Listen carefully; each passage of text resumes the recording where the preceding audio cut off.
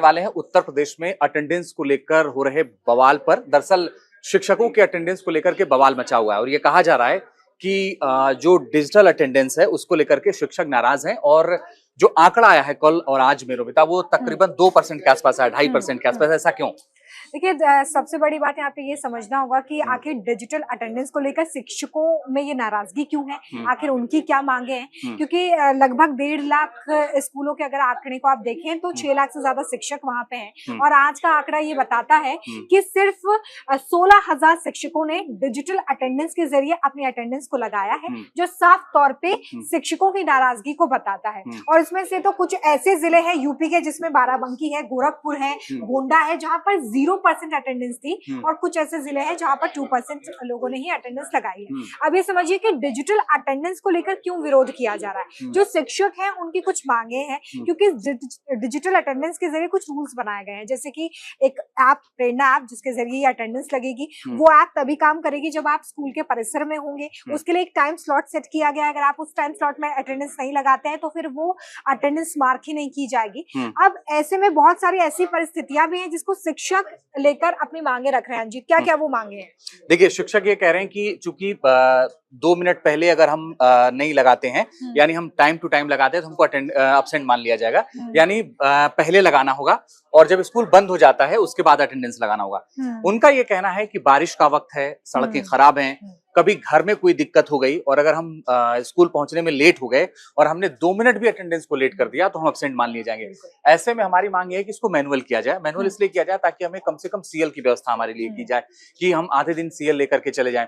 लेकिन ये विवाद नया नहीं है। इससे पहले जो शिक्षक हैं वो विरोध करते रहे हैं अटेंडेंस को लेकर के, ऑनलाइन अटेंडेंस को लेकर के, और हमने ये देखा है कि जो सरकारी स्कूल हैं वहां पर अब इसको शिक्षक कह सकते हैं कि ये आप जब आप शिक्षकों से बात करेंगे तो कहेंगे गलत है, लेकिन ये बात सही है कि वो कभी टाइम पर नहीं जाते। बहुत, मैं सारे शिक्षकों की बात नहीं कर रहा हूँ, लेकिन बहुत सारे ऐसे शिक्षक है जो कभी टाइम पर नहीं आते। मैं तो ऐसे लोगों को भी जानता हूँ जो अटेंडेंस अपना बाद में भी लगाते हैं। ऐसी स्थिति है और अगर इसकी जांच करा ली जाए तो ये सब सामने आ जाएगी। इसी को देखते हुए एक आईएएस अधिकारी हुए, उनको शिक्षा विभाग का निदेशक बनाया गया, तो उन्होंने इस पूरे काम को करना शुरू किया। हालांकि बाद में वो कुंभ में अधिकारी बना दिए गए, मेला अधिकारी बना दिए गए, वो चले गए वहां से, लेकिन उन्होंने सबसे ज्यादा सख्ती की थी और ये होना बहुत जरूरी है। आप ये देखिए कि सरकारी स्कूलों में जो पढ़ाई का स्तर है वो लगातार गिरता जा रहा है। उसका कारण ही यही है कि ठीक से पढ़ाई नहीं होती, और जबकि जितनी सारी योजनाएं शिक्षा के लिए हैं उतनी योजनाएं किसी के लिए नहीं। बच्चों के लेकर उसके लिए सबसे बड़ा बजट है। और एक तो आप देखिए बच्चों को खाने से लेकर के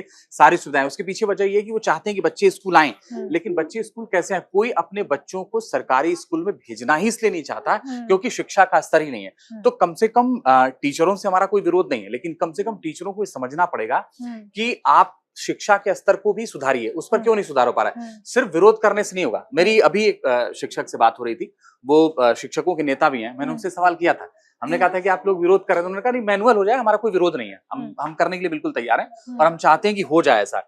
लेकिन ये सिर्फ इतना आसान नहीं है भाई। क्यों 2% शिक्षकों ने, 2.5% शिक्षकों ने अटेंडेंस लगाया, क्यों नहीं बाकी लोगों ने लगाया? उनकी तमाम मांगे हैं और वो ये कह रहे हैं कि हमें थोड़ा सा समय दिया जाए ताकि हम उसको बेहतर कर पाए। देखिए, यहाँ पर यही महत्वपूर्ण बात जो निकलकर सामने आती है कि आपके ऊपर आने वाले कल के या भविष्य के लोगों, जो बच्चे हैं, उनकी एक बड़ी जिम्मेदारी है। उन्हें अच्छे से शिक्षित करना आपकी सबसे बड़ी जिम्मेदारी है और अगर आप इस जिम्मेदारी का निर्वहन नहीं करते हैं तो इस तरह के रूल्स बनाना मजबूरी हो जाती है। और शायद यही एक बड़ी वजह है, क्योंकि एक लंबा डेटा आता रहा है जहाँ पर शिक्षकों की गैर मौजूदगी से बच्चों की शिक्षा प्रभावित होती रही है, सरकारी स्कूलों की शिक्षा का स्तर भी प्रभावित होता रहा है और इस वजह से अभी डिजिटल अटेंडेंस जो है वो एक बड़ा कारण बनती हुई नजर आ रही है, जिसका विरोध भी किया जा रहा है। देखिए, रोहन तो हमारे साथ आई गैम रोम से बात कर, लेकिन एक विधान परिषद सदस्य हैं आशुतोष सिन्हा, उन्होंने मुख्यमंत्री को एक पत्र लिखा है और 9 जुलाई आज ही है ना, आज ही लिखा है और ये कहा है कि आपको सूचित करना चाहता हूं कि शिक्षा विभाग में जुलाई महीने में 2024 से की गई डिजिटल ऑनलाइन उपस्थिति अनुपयोगी है और केवल उच्च अधिकारियों द्वारा कमीशन खोरी के लिए व्यवस्था लागू की गई है।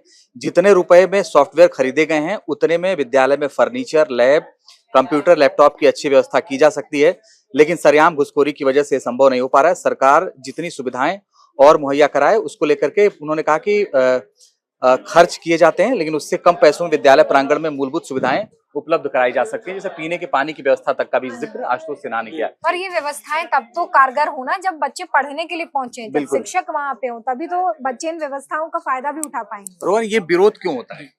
अंजीत, आप देख लें, डिजिटल हाजिरी का जो मुद्दा है ये सिर्फ यूपी में नहीं गरमा रहा है, ये बिहार में भी डिजिटल हाजिरी की का आदेश सरकार ने जारी किया था, लेकिन यूपी में इसे सियासत से जोड़ दिया गया है। सपा चीफ आज अखिलेश यादव का मैं ट्वीट देख रहा था, उन्होंने भी पोस्ट करके सरकार को घेरने की कोशिश की है डिजिटल हाजिरी के मुद्दे पर। जी, सपा ने कल भी राजीव राय ने, जो घोसी से सांसद हैं, उन्होंने भी इस मसले पर पोस्ट किया था। तो सपा कहीं ना कहीं इस मामले को पॉलिटिकल एंगल देने की कोशिश कर रही है। क्यों कर रही है? क्योंकि कुछ ही महीनों बाद उपचुनाव होने वाले हैं, 10 सीटों पर उपचुनाव होने वाले हैं, और यूपी में 6 लाख से अधिक बेसिक शिक्षक हैं।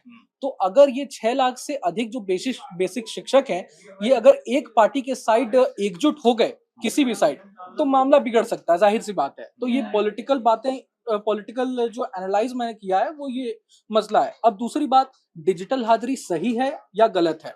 क्यों ये कदम उठाया सरकार ने? ये कदम इसलिए उठाया क्योंकि लेट लतीफी से आते थे शिक्षक, पढ़ाई की गुणवत्ता आते हैं, अभी भी आते हैं, है ना?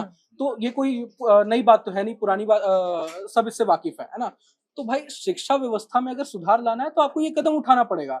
बिहार में भी अभी हाल ही में हमने देखा कि ACS के पाठक जो थे, उनका तबादला भी हो गया, विरोध भी हुआ। भाई, कठोर कदम उठाएंगे तो विरोध तो होगा ही, लेकिन आप इसे पॉलिटिकल एंगल दे रहे हैं, ये किस हद तक सही है ये तो भाई समय के साथ पता चल पाएगा।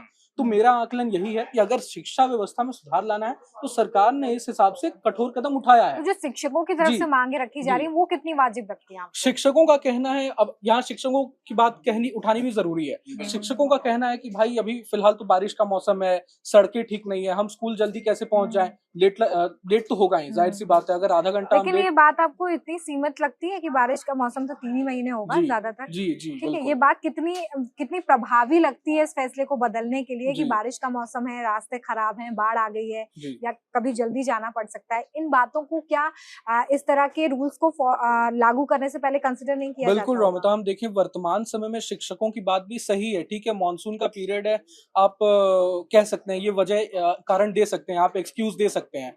दूसरी तरफ शिक्षकों का ये भी कहना है कि हम टेक्नोलॉजी फ्रेंडली नहीं है। तो भाई, चेंज कैसे आएगा? आप टेक्नोलॉजी फ्रेंडली बनिए, समय के साथ तो आपको बदलना पड़ेगा, परिवर्तन तो लाना ही पड़ेगा।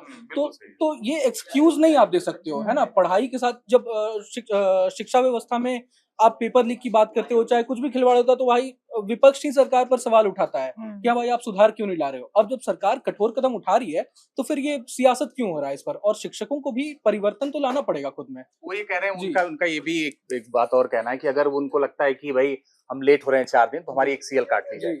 इसको लेकर के तमाम बातें वो कह रहे हैं, लेकिन जो मेरे शिक्षकों से बात हो रही थी, वो कह रहे हैं हमारा विरोध नहीं है, लेकिन इसको मैनुअल किया जाए। अब इसको सरकार को भी आगे आकर के इसको संभवतः उनसे बात करके करनी चाहिए। लेकिन एक बात और आप देखिए कि हम अगर शिक्षा के स्तर की बात करें तो आपको याद होगा, समाजवादी पार्टी की सरकार में हाई कोर्ट ने एक फैसला किया। हाई कोर्ट ने ये कहा कि जितने सरकारी अधिकारी हैं IAS लेवल के और जितने जनप्रतिनिधि हैं, वो अपने बच्चों को सरकारी स्कूल में पढ़ाएंगे। उसके बाद एक नई बहस छिड़ गई, और वो वाजिब भी थी कि संविधान में इसका कहीं कोई जिक्र नहीं था। संविधान में जिक्र है कि बच्चे का अधिकार है कि वो कहाँ पढ़ता है, ये हम कहाँ पढ़ाएंगे नहीं, बच्चे का अधिकार है।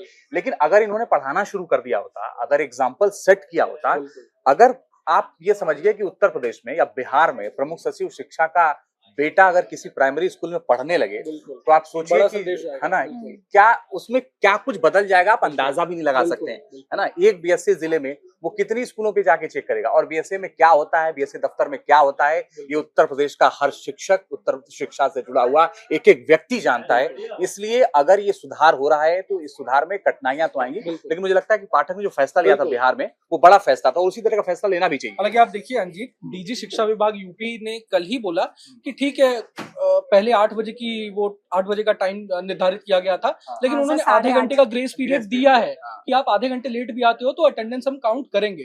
तो सरकार ऐसा नहीं है कि शिक्षकों को सुनेगी नहीं, उनकी बात को सुनेगी नहीं, सरकार सुन रही है उनकी बात को। और मुझे लगता है कि योगी सरकार कहीं ना कहीं इस प्रॉब्लम को टैकल करेगी, शिक्षकों की बात सुनेगी, और एक साथ बैठकर कहीं ना कहीं इस बातचीत को अगर सुलझाने की, इस मसले को सुलझाने की कोशिश की जाए तो वो ज्यादा बेहतर होगा।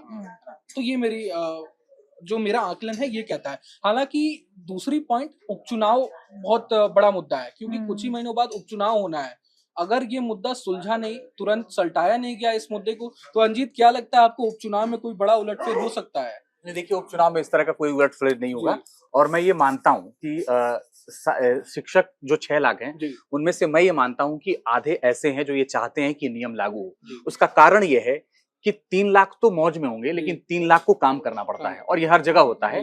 जो एक 70-30 का या 50 और 60 का आंकड़ा होता है, वो ये होता है। तो लगभग 3 लाख तो ये चाह रहे होंगे कि कम से कम इसको हो जाए, ताकि अब आप देखिए कि एक एग्जाम्पल के तौर पर कोई सहकर्मी आपका आराम से आ रहा है और आपको ज्यादा काम करना पड़ रहा है, तो लगता है ना कि नियम इसके लिए भी लागू हो जाए। तो ये यहाँ पर है। और आप ये मानिए कि चूंकि बहुत सारे विद्यालय ऐसे हैं जिन शिक्षकों की बीएससी ऑफिस में सेटिंग है, वो आते ही नहीं है, उनकी अलग से तनख्वाह बन रही है। ये सब कुछ होता है उत्तर प्रदेश में। और ये हमने देखा है कि किसी भी चीज का, अगर किसी भी व्यवस्था का डिजिटलीकरण किया जाए, तो वो भ्रष्टाचार तो टोटल खत्म हो जाता है। 8 बजे अटेंडेंस लगना है तो 8 बजे लगना है और जब लगना है तभी लगेगा। बिल्कुल। और ये बड़ा जरूरी है। इसीलिए प्रेरणा ऐप पर उन्होंने बाकायदा फोटो के साथ वो कर रहे हैं। इससे पहले भी उन्होंने किया था, जिसका लगातार विरोध हुआ था। लेकिन अब एक बार फिर से ये हो तो ज्यादा बेहतर है। और ये अच्छा, वो जो 3 लाख शिक्षक है जिनका हम जिक्र कर रहे हैं, हो सकता है मेरा अंदाजा गलत हो, आप दोनों इसको बताइएगा भी, हो सकता है कि मेरा अंदाजा गलत, लेकिन वो 3 लाख शिक्षक तो चाह ही रहे हैं कि कम से कम हो जाए, ताकि वो काम कर रहे हैं तो बाकी लोग भी काम करें। और उन 3 लाख शिक्षकों को केवल विरोध के नाम पर बस विरोध करना पड़ रहा है। बिल्कुल आपकी बात सही है एक हद तक, क्योंकि हर पहलू के, हर सिक्के के 2 पहलू होते हैं, है ना। तो ऐसा नहीं है कि शिक्षक सिर्फ इसके खिलाफ ही है, कुछ ये भी होंगे। दूसरा पहलू ये भी है कि कुछ इसके पक्ष में भी होंगे, है ना। तो दोनों पक्षों को सुनना बहुत जरूरी है, और दोनों पक्षों की आवाज जब सामने आएगी तभी मैटर क्लियर हो पाएगा कि सरकार का ये फैसला सही है या गलत है।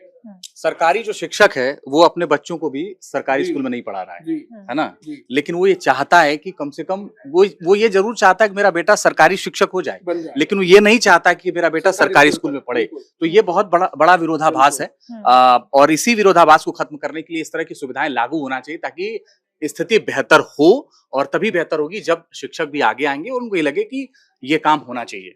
बिल्कुल, बहुत शुक्रिया फिलहाल हमारे साथ इस लाइव में जुड़ने के लिए।